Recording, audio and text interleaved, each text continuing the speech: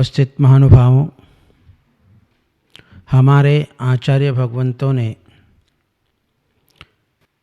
धर्मशास्त्रों में 4 प्रकार के पुरुषार्थ की चर्चा की है।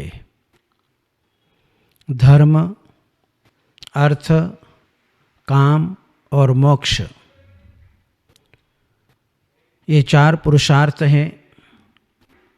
प्रातः काल में धर्म पुरुषार्थ किया जाता है, इसके पश्चात अर्थ पुरुषार्थ, उसके पश्चात काम पुरुषार्थ, और जब काम पुरुषार्थ से निवृत्त हो जाता है तो वह मोक्ष पुरुषार्थ जीवन में प्रारंभ करता है। इंसान को अपने जीवन में जो कुछ मिलता है वह धर्म पुरुषार्थ का फल है, क्योंकि धर्म की जड़ हरी भरी हुआ करती है। इंसान के पास में जितना भी अर्थ दिखाई देता है, जितना भी धन दौलत दिखाई देता है, सोना चांदी रुपया पैसा दिखाई देता है, भोगोपभोग की सामग्री दिखाई देती है, वह सब धर्म पुरुषार्थ का फल है। पिछले जन्म में ऐसा धर्म अर्जन करके आए थे, जिसके कारण आज नाना प्रकार के भोगोपभोग की सामग्री प्राणियों को अपने जीवन के अंदर मिली है। और अर्थ पुरुषार्थ के माध्यम से वह अपने संसार की सृष्टि को चलाने के लिए वह काम पुरुषार्थ करता है और संतानों को जन्म दे करके वह संसार की सृष्टि को बढ़ाता है। और वही संतान जब साधु संतों के सत्संग को प्राप्त कर लेती है तो धर्म के संस्कारों को प्राप्त करते हुए वह एक दिन मोक्ष पुरुषार्थ भी अपने जीवन में कर लिया करता है। पुण्य कर्म के उदय से हमें धन मिला करता है। धन बुरा नहीं है, धन का दुरुपयोग करना वह हम लोगों के लिए बुरा है। धन जहर भी है और अमृत भी है। धन जहर इसलिए है, यदि हमारा धन पाप कार्यों में जाता है, हमारा धन होटलों में जाता है, हमारा धन क्लबों में जाता है, मदिरालय में जाता है, सट्टों में जाता है, तो समझना कि हमारा धन जो है वह जहर का रूप ले रहा है। यदि हमारा धन मद्य मांस मधु में जा रहा है, खोटे कार्यों में जा रहा है, तो समझना वह धन हमारा जहर का काम कर रहा है। बाह्य में बिकने वाला जहर वह तो हमारे तत्काल प्राणों को हरण कर लेता है, लेकिन ये धन का जहर ऐसा होता है कि धीरे धीरे प्राणियों के शरीर में चढ़ता है, प्राणियों के मन मस्तिष्क में चढ़ता है, और चढ़ करके जो है वह व्यक्ति को अपने जीवन में मर्यादा से बाहर बना देता है। और हम सभी जानते हैं कि जो व्यक्ति मर्यादा से बाहर हो जाता है उसकी गति क्या होती है, उसका सर्वनाश हो जाता है। इसलिए धन जो है वह जहर भी है, धन अमृत भी है। चारुदत्त बहुत बड़ा सेठ था, लेकिन उसके जीवन में ऐसी विषय भोगों की लत लगी कि 32 करोड़ दिनार का स्वामी था, और जो है वह वेश्या के यहाँ पर रह करके सारा 32 करोड़ दिनार का द्रव्य उसने जो है भोग में समाप्त कर दिया। जब घर से धन आना बंद हो गया तो वेश्या ने उस चारुदत्त को जो है घर से निकाल दिया। अब वह जो है धन के अभाव में दर दर भटकता है और दर दर भटकता हुआ नाना प्रकार के दुखों को, कष्टों को अपने जीवन में सहन करता हुआ नाना प्रकार के दुर्गति को अपने जीवन में प्राप्त कर लेता है। इसलिए धन के बिना इंसान की कोई गति नहीं होती है। धन के बिना इंसान कोई भी इहलोक संबंधी, परलोक संबंधी कोई कार्य नहीं कर सकता। धन के बिना कोई जय जिनेंद्र भी नहीं बोलता और सामने वाला देखता तक नहीं है। धन है तो सब कुछ है, धन नहीं है तो कुछ नहीं है। धन को पहचाना कठिन काम है, क्योंकि धन होने पर बुद्धि का सही सलामत रहे जाना, वही समझना अपना पुण्य है। नहीं तो वो धन जो है हमें दुर्गति में ले जा करके पटक देगा। जहाँ व्यक्ति के पास में धन होता है और धन होने पर ही व्यक्ति दिखावा करता है, प्रदर्शन करता है। पहले हमारे पूर्वज लोग धन को ढक करके खाते थे, किसी के सामने जो है प्रकट नहीं करने देते थे। धन को इतना सुरक्षित रखा जाता था। और आज वर्तमान के लोग जो है धन को जो है उन्होंने खोल दिया। पतला खाना, पतला पहनना, ये धन का दुरुपयोग आज के वर्तमान के लोग अपने जीवन के अंदर करने लग गए, जिसके कारण जो है वह अपने जीवन में दुख का कारण बन रहा है। जब जब भी इंसान ने अपने जीवन में धन का प्रदर्शन किया, उसके जीवन में कष्ट जरूर आया और व्यक्ति जो है धन के सद्भाव में खोटे कर्म करने लग जाता है, सुरा सुंदरी में चला जाता है।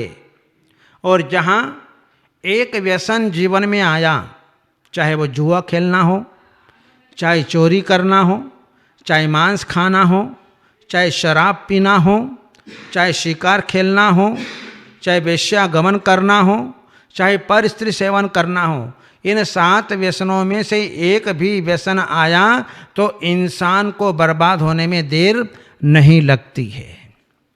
जहाँ बड़े बड़े राजा महाराजा अपने जीवन में सुरा सुंदरी में इतने लिप्त हो गए कि मर करके जो है वो तिर्यंच पर्याय को प्राप्त हो गए, नरक गति के दुखों को प्राप्त कर लिया और आज संसार में नाना प्रकार की यातनाओं को अपने जीवन में सहन कर रहे हैं। इसलिए जहाँ धन हमारे पास में होता है तो धनवान व्यक्ति जो है आकड़ करके चलता है, उसकी छाती फूल जाया करती है, वह किसी को सामने कुछ भी नहीं देखता है।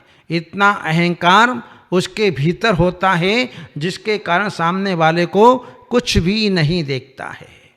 इसलिए जो है धन आना बुरा नहीं है, लेकिन धन का दुरुपयोग करना ये हमारे जीवन में जो है बहुत बड़ा घातक है, जहर है। और ये जहर जब चढ़ जाता है माथे में तो व्यक्ति को ब्रेन हेमरेज हो जाता है, व्यक्ति को हार्ट फेल हो जाता है। आज हम देखते हैं कि व्यक्ति अपने जीवन में अंधाधुंध जब खर्च करता है उसे पता नहीं चलता है कि मेरे कितना पैसा चला गया, कितना बर्बाद हो गया, कितने भोगों में गया।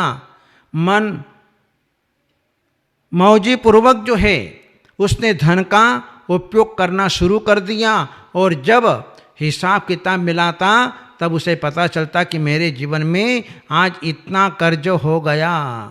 और फिर जब कर्जा हो जाता है तो व्यक्ति उस कर्जे को भर नहीं पाता है। अपनी शान शौक के पीछे वह जो है उस धन को जो है समाप्त कर देता है, कर्जा हो जाता है। और कर्जा होने के उपरांत जब व्यक्ति उस कर्जे को नहीं भर पाता है तो फिर जीवन में सुसाइड कर लेता है। लेकिन वह अपनी आदतों को बदलने का प्रयत्न नहीं करता है, अपने प्रदर्शन को नहीं भूलता है और जो है अपने जीवन में पापों को नहीं छोड़ता है। क्योंकि जहाँ धन की ऐसी ही गति है, धन तो आज है कल नहीं है, धन किसी का सगा नहीं है, बड़े बड़े महापुरुषों का सगा नहीं हुआ तो हम कौन सी खेत की मूली भाई, हम तो मामूली भी नहीं हैं, हम धन के ऊपर क्या विश्वास करें। इसलिए जो है धन विश्वास करने लायक नहीं है, आज है कल नहीं है। धन इसलिए जहर है, लेकिन धन अमृत भी है। धन अमृत इसलिए है कि यदि हमने अपने धन को सदुपयोग में लगा दिया, दान पुण्य के क्षेत्र में लगा दिया, हमने परोपकार में लगा दिया, दुखी जीवों के दुख दूर करने में लगा दिया, हमने मंदिरों का निर्माण करा लिया, हमने जिन बिंब को विराजमान करने में लगा दिया, 4 प्रकार के दान, आहार दान, ज्ञान दान, औषध दान, अभय दान, इन चारों दानों में हमने अपने जीवन में इस धन को लगा दिया तो वो धन जो है हमारे लिए अमृत बन जाया करता है। और जब हम अपने जीवन में अमृत का पान करते हैं तो हमारे जीवन में आनंद ही आनंद आता है, हमारे जीवन में खुशियाँ ही खुशियाँ होती है, मन इतना आह्लादित होता है कि चलो आज मैंने अपने द्रव्य को अच्छे कार्यों में लगा दिया और जो है मैंने अपने जीवन में धन की सार्थकता कर ली। तो ये धन जो है हमारा अमृत का काम कर जाता है। जहाँ चामुंड राय ने नेमिचंद्र सिद्धांत चक्रवर्ती का मार्गदर्शन प्राप्त करके श्रवण बेलगोला की पावन धरती पर उनके ही सानिध्य में उसी पहाड़ में भगवान बाहुबली स्वामी की वो मूर्ति जो है जिन्होंने निर्माण कर दी और जो है आज 1040 साल से जो है वह खुले आकाश में वह अहिंसा से सुख, त्याग से शांति, ध्यान से सिद्धि, मैत्री से प्रगति का निरंतर उपदेश दे रही है। जहाँ भरत चक्रवर्ती ने कैलाश पर्वत पर रत्नमयी जिन मंदिर बना करके अपने धन का सदुपयोग कर लिया और जो है जहाँ अनेक लोगों ने अपने जीवन में जो है अपने धन को सार्थकता प्रदान कर दी। हमारे प्रथमाचार्य चारित्र चक्रवर्ती आचार्य शांति सागर महाराज जी के संगपति घासीलाल पुनंचम जवेरी सेठ परिवार ने, जो कि प्रतापगढ़ बंबई के निवासी है, उन्होंने जो है आचार्य शांति सागर महाराज को सम्मेद शिखर की यात्रा कराई अपने द्रव्य से और अपने जीवन में अपने धन को अमरता का वरदान प्राप्त कर लिया। जहाँ हम देखते हैं कि आचार्य शांति सागर जी महाराज ने भक्त समाज को एकत्रित करके मार्गदर्शन दिया कि हमारा जैन दर्शन का प्राण, हमारे सिद्धांत ग्रंथ धवल, जय धवल, महाधवल, इनका बहुत भाग नष्ट हो गया है। इसलिए उनको चिंता पैदा हुई तो भक्त समाज को मार्गदर्शन दिया और मार्गदर्शन दे करके सभी श्रेष्ठी वर्गों ने जो है अपनी शक्ति के अनुसार सबने द्रव्य निकाला और द्रव्य निकाल करके उन ग्रंथों को ताम्रपत्र पर अंकित कर दिया और वे ताम्रपत्र हमेशा हमेशा के लिए सुरक्षित हो गए। इस प्रकार से जो है उन्होंने अपने जीवन में धन को प्राप्त करके अमृत को जो है प्राप्त कर लिया। धन का उपयोग कौन किस प्रकार से करता है? कंजूस मनुष्य लक्ष्मी को पृथ्वी तल में गाड़ करके उसका उपयोग करता है। क्षत्रिय पुरुष अपनी भुजाओं के बल बढ़ाने में, अस्त्र शस्त्र में खर्च करके उसका उपयोग करता है। किसान खेत आदि में डाल करके उस धन का उपयोग करता है। नीच मनुष्य पर स्त्री सेवन आदि में लगा करके वह नष्ट करता है। और व्यापारी जो है बड़े बड़े व्यापार उद्योग आदि में लगा करके उस धन का उपयोग करता है। वेश्याएं भोगों में व्यय करती है और राजा लोग अपने प्रजाजनों के संरक्षण संवर्धन में वह अपने धन का उपयोग किया करती है। और धर्मात्मा जीव, धार्मिक लोग अपने आत्महितकारी जो दान और पूजा है, कल्याणकारी धर्म में तीर्थों का जीर्णोद्धार कराना, तीर्थों का निर्माण कराना और नाना प्रकार के दान में दे करके अपने धन का उपयोग कर लेता है। कंजूस मक्खी चूस न खुद खाता न दूसरों को खिलाता। मक्खी चूस और कंजूस जो हैं, जो स्वयं खाता तो हैं लेकिन दूसरों को नहीं खिलाता, दूसरों को नहीं खिलाता। और उदार व्यक्ति जो है, जो स्वयं भी खाता है और दूसरों को भी खिलाता है, ये उदार व्यक्ति का लक्षण है। और दाता जो स्वयं न खा करके दूसरों को खिलाता है, वह दाता मनुष्य कहलाता है। तो इस प्रकार से जो है आज वर्तमान में सारी दुनिया धन के पीछे भागी जा रही है, चारों दिशाओं में भागती दौड़ती हुई दिखाई देती है। सवेरे से लेकर के शाम तक जो है वह भागती रहती है केवल मात्र एक धन के पीछे।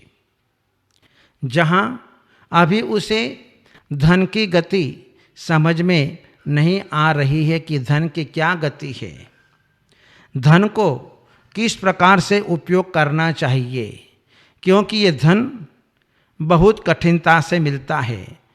पूज्यपाद आचार्य देव ने अपने इष्टोपदेश ग्रंथ में कहा, दुरर्जेना सुरक्षेण न स्वरेण धनादिना स्वस्थम मन्यो जना कोपी ज्वरवानी व सर्पिसा। ये धन जो है बड़ी कठिनाई से उपार्जित होता है और बड़े कठिनाई से उसका संरक्षण किया जाता है।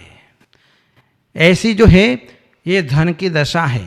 तो अपने जीवन में जो है धन जहर भी है और अमृत भी है। यदि हमने दुरुपयोग कर लिया तो हमारे लिए जहर है और धन का सदुपयोग कर लिया तो हमारे लिए अमृत है। इसलिए अपने जीवन में धन का अच्छे कार्यों में उपयोग करके धन को अमृत पने को अपने जीवन में प्राप्त करो। इन्हीं मंगलमय भावनाओं के साथ बोले गुरुदेव आचार्य जी सागर जी महाराज जी की जय।